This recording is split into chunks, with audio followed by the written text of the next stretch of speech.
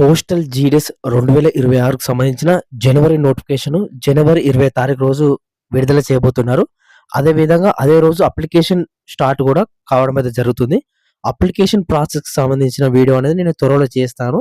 అలాగే ఈ వీడియోలో పోస్టల్ జీడీఎస్ సంబంధించిన జీడీఎస్‌కి ఏ విధంగా అప్లై చేసేటప్పుడు కావాల్సిన డాక్యుమెంట్స్, అదే విధంగా జాబ్ వచ్చిన తర్వాత డాక్యుమెంట్ వెరిఫికేషన్స్‌కి కావాల్సిన డాక్యుమెంట్స్ ఏమేమి కావాలి అనేది నేను ఈ వీడియోలో కంప్లీట్‌గా మీకు ఎక్స్‌ప్లెయిన్ అయితే చేస్తాను. కేవలం 2 రోజులు మాత్రమే ఉంది కాబట్టి ఈ డాక్యుమెంట్స్ అనేది మీరు రెడీగా పెట్టుకోండి. కంపల్సరీగా వెరీ వెరీ ఇంపార్టెంటు. మీరు అప్లై చేసేటప్పుడు ఏ విధంగా డాక్యుమెంట్స్ అడుగుతుంది, ఏమేమి కావాలి, ఫీ పేమెంట్‌తో సహా నేను ఎవరు ఫీ పేమెంట్ కట్టాలి అన్నీ కూడా నేను క్లియర్‌గా చెప్తాను. కాబట్టి వీడియో అనేది క్లియర్‌గా ఎండ్ వరకు చూడండి. అదే విధంగా మీరు అప్లై చేసిన తర్వాత జాబ్ వచ్చిన తర్వాత ఈ డాక్యుమెంట్స్ లేకుంటే మీకు జాబ్ వచ్చినా కూడా వేస్ట్ అన్నమాట. అందుకే మీరు ఇప్పుడే రెడీగా పెట్టుకుంటే మీకే బెనిఫిట్ అన్నమాట. అండ్ ఇటువంటి జెన్యూన్ అప్డేట్స్ కోసం మన ఛానల్ ప్రతి ఒక్కరు కూడా సబ్స్క్రైబ్ అయితే చేసి పక్కకున్న గంట సింబల్ ఆల్‌లో పెట్టుకోండి. చాలా మంది కూడా వీడియోస్ చూస్తున్నారు గానీ ఎవరు కూడా లైక్ అయితే చేస్తలేరు. కాబట్టి ఇటువంటి జెన్యూన్ అప్డేట్స్ కోసం ప్రతి ఒక్కరు కూడా లైక్ చేయండి. చాలా కష్టపడి వీడియోస్ చేస్తున్నాను రెగ్యులర్‌గా. కాబట్టి చాలా ఇన్ఫర్మేషన్ వీడియోస్ అన్నమాట. నేను ఆల్రెడీ 2 వీడియోలు చేయడం అయితే జరిగింది. ఒకటి కట్ ఆఫ్ సంబంధించి, ఇంకొకటి మీకు స్క్రీన్ మీద కనబడుతుంది కదా! ఏదైతే మనకు ఏ స్టేట్‌లో అప్లై చేసుకుంటే జాబ్ వస్తుంది, ఎవరికి ఎంత కట్ ఆఫ్ ఉంటుందనేది నేను 2 వీడియోలు చెప్పినాను. ఆ వీడియో చూడండి. ఈ వీడియో చూసిన తర్వాత.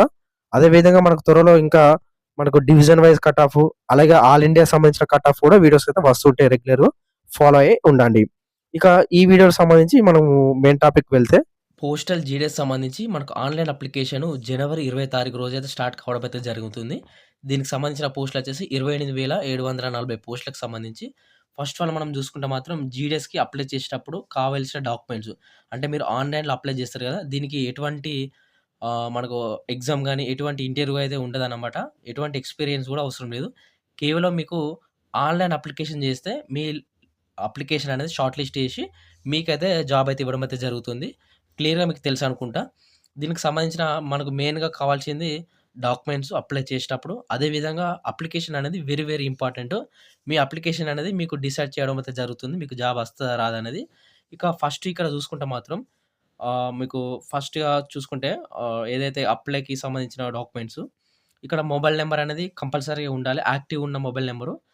అదే విధంగా మీ ఆధార్‌కున్న లింక్ అయి అంటే మొబైల్ నంబర్ అయితే బెనిఫిట్ అంటే మీకే బెటర్ అన్నమాట. మీ మొబైల్ నంబరు మీ ఆధార్‌కి లింక్ అయి ఉంటే మీకే బెటరు. ఉన్నా లేకున్నా నో ప్రాబ్లమ్ గానీ ఉంటే మీకే మంచిది. యాక్టివ్‌లో ఉన్న మొబైల్ నంబర్ కావాల్సి ఉంటుంది. దీనికి సంబంధించిన ఓటీపీలనేది అలాగే మీరు జాబ్ వచ్చిన తర్వాత మీకు మెసేజ్‌లనేది మీకు రావడం అయితే జరుగుతుంది. యూ ఆర్ సెలెక్టర్ అనేది. కాబట్టి యాక్టివ్‌లో ఉన్న మొబైల్ నంబర్ అనేది కంపల్సరీగా కావాలి అప్లై చేసేటప్పుడు. నెక్స్ట్ జీమెయిల్ గూడా యాక్టివ్‌లో ఉన్న జీమెయిల్ అయితే కావాలి. దీనికి సంబంధించి గూడా ఓటీపీ అనేది వెళ్ళడం అయితే జరుగుతుంది మీరు అప్లై చేసేటప్పుడు. దీనికి సంబంధించి మీరు ఈ 2 గూడా లింక్ ఉన్నాయని మీరు ఒకసారి చెకౌట్ అయితే చేసుకోండి. ఇక నెక్స్ట్ మనకు 10థ్ పాస్ మెమో అన్నమాట. ప్రస్తుతం మీ దగ్గర 10థ్ మెమో లేకున్నా గానీ ఓన్లీ జిరాక్స్ ఉన్నా సరిపోతుంది అప్లై చేసేటప్పుడు. మీకు ఏదైతే జాబ్ వచ్చిన తర్వాతో ఒరిజినల్ అయితే కంపల్సరీ కావాలి. సో, ఇక్కడ 10థ్ మెమో సంబంధించి కావాల్సి ఉంటుంది. Next Aadhaar number. Aadhaar number ఒకటి ఉంటే సరిపోతుంది. ఓకేనా? ఆధార్ కార్డ్ అవసరం లేదు. ఆధార్ నంబర్ ఉంటే సరిపోతుంది అప్లై చేసేటప్పుడు. ఇక నెక్స్ట్ వచ్చేసి ఫోటో అన్నమాట. ఫోటో రీసెంట్‌గా దిగిన ఫోటో మీరు ఎటువంటి స్పెట్స్ పెట్టుకోకుండా, ఎటువంటి క్యాప్ పెట్టుకోకుండా మంచి నీట్‌గా ఫోటో 50 కేబీ లోపు మీరు డిజైన్డ్‌గా చేసుకొని మీరైతే ఫోన్‌లో అయితే పెట్టుకోండి. ఫోటో రీసెంట్‌లీ 50 కేబీలల్లా ఉండాలన్నమాట. ఫోటో అన్నమాట. సిగ్నేచర్ వచ్చేసి మీరు బ్లూ పెన్‌తోని మాత్రమే పెట్టండి. 20 కేబీలో మీకు తయారు చేసుకోండి. మీకు కన్వర్ట్ ఉంటది. మనకు గూగుల్ క్రోమ్‌లో గాని ఉంటది. హౌ టు కన్వర్ట్ అని ఉంటది. అందులో మీరు కన్వర్ట్ అయితే చేసుకోండి. సిగ్నేచర్ అనేది బ్లూ పెన్‌లా పెట్టుకోండి. బ్లూ ఆర్ బ్లాక్ ఏదైనా బెటర్ గాని మాక్సిమం బ్లూ పెట్టడానికి ట్రై చేయండి. ఇది సంబంధించి అయితే డాక్యుమెంట్స్ కావాల్సింది అప్లై చేసేటప్పుడు. అదే విధంగా దీనికి ఫీ పేమెంట్ అయితే ఉంటుంది. యూఆర్, ఓబీసీ, ఈడబ్ల్యూఎస్ వీళ్ళకచ్చేసి ఫీ వచ్చేసి రూ. 100 మీరు ఆన్‌లైన్‌లో పోస్టల్ డిపార్ట్‌మెంట్ వాళ్ళకు చెల్లించాలన్నమాట. రూ. 100. ఇక మిగతా వాళ్ళు హాల్ ఫీమేల్స్, ఎస్సీ, ఎస్టీ, పీడబ్ల్యూడీ, ట్రాన్స్ ఉమెన్ వీళ్ళకచ్చేసి ఎటువంటి ఫీ పేమెంట్ అయితే లేదు. మీరు డైరెక్ట్‌గా అప్లై చేస్తే సరిపోతుంది. వాళ్ళకి ఎటువంటి ఫీ పేమెంట్ గూడా అడగదన్నమాట. కేవలం యూఆర్, ఓబీసీ, ఈడబ్ల్యూఎస్ వాళ్ళకి మాత్రమే రూ. 100 ఫీ పేమెంట్ ఆన్‌లైన్‌లో చేయాలి. మీరు ఒకవేళ బయట గిట్లా చేసుకుంటే మాత్రం మీ సేవలో గాని, నెట్ సెంటర్స్‌లో గాని వాళ్ళు దాదాపు ఆన్‌లైన్ అప్లికేషన్ జేయడానికి దాదాపు 150-200 రూపీస్ చార్జ్ అయితే చేస్తారు. దాదాపుగా 200 వరకైతే మాకు ఆన్‌లైన్ సంబంధించి వాళ్ళైతే తీసుకోవడం అయితే జరిగింది. వాళ్ళ అప్లికేషన్స్ కరెక్ట్ చేస్తారా చేయరా అనేది మీరు దగ్గరుండి చేపించుకోవాల్సి ఉంటుంది. ఒకవేళ నాకు వీలైతే మాత్రం నేను గూడా ట్రై జేస్తాను అప్లికేషన్ చేయడానికి. అంటే నేను లాస్ట్ టైమ్ చేశాను. చాలామంది కూడా జాబ్స్ అయితే రావడం అయితే జరిగింది. సో, మనకు ఒకవేళ నాకు పాసిబిలిటీ వీలైతే మాత్రం నేను చేయడానికి ట్రై జేస్తాను అదే అమౌంట్‌లో. ఓకేనా? ఇది సంబంధించి ఏదైతే జీడీఎస్‌కి సంబంధించిన అప్లై చేసేటప్పుడు కావాల్సిన డాక్యుమెంట్స్ అన్నమాట. ఇక మనకు అప్లై జేస్తారు. అప్లై చేసిన తర్వాత మీకు జాబ్ అయితే వస్తది గదా! ఒకవేళ జాబ్ వచ్చిందంటే, జాబ్ వచ్చిన తర్వాత డాక్యుమెంట్ వెరిఫికేషన్ అయితే చేస్తారు. సో, ఇక్కడ ఏందంటే మనకు ఎటువంటి ఎగ్జామ్ అయితే లేదు. అదే విధంగా ఏదైనా ఉందంటే నెక్స్ట్ పాయింట్ వెరిఫికేషనే. డాక్యుమెంట్ వెరిఫికేషనే. మీరు ఒకవేళ మెరిట్ లిస్ట్‌లో మీ పేరు ఉందంటే, ఆ తర్వాత మిమ్మల్ని డాక్యుమెంట్ వెరిఫికేషన్‌కి అయితే పిలుస్తారు. ఆ డాక్యుమెంట్ వెరిఫికేషన్‌లో మీరు అప్లై చేసేటప్పుడు ఏవైతే డాక్యుమెంట్స్ ఉన్నాయో, అవి కరెక్ట్ ఉంటే మాత్రం వితౌట్ స్పెల్లింగ్ మిస్టేక్స్ మీకు జాబ్ అయితే కన్ఫర్మ్‌గా ఇస్తారు. అపాయింట్‌మెంట్ లెటర్స్ కూడా మీకు ఇష్యూస్ అయితే చేస్తారనమాట.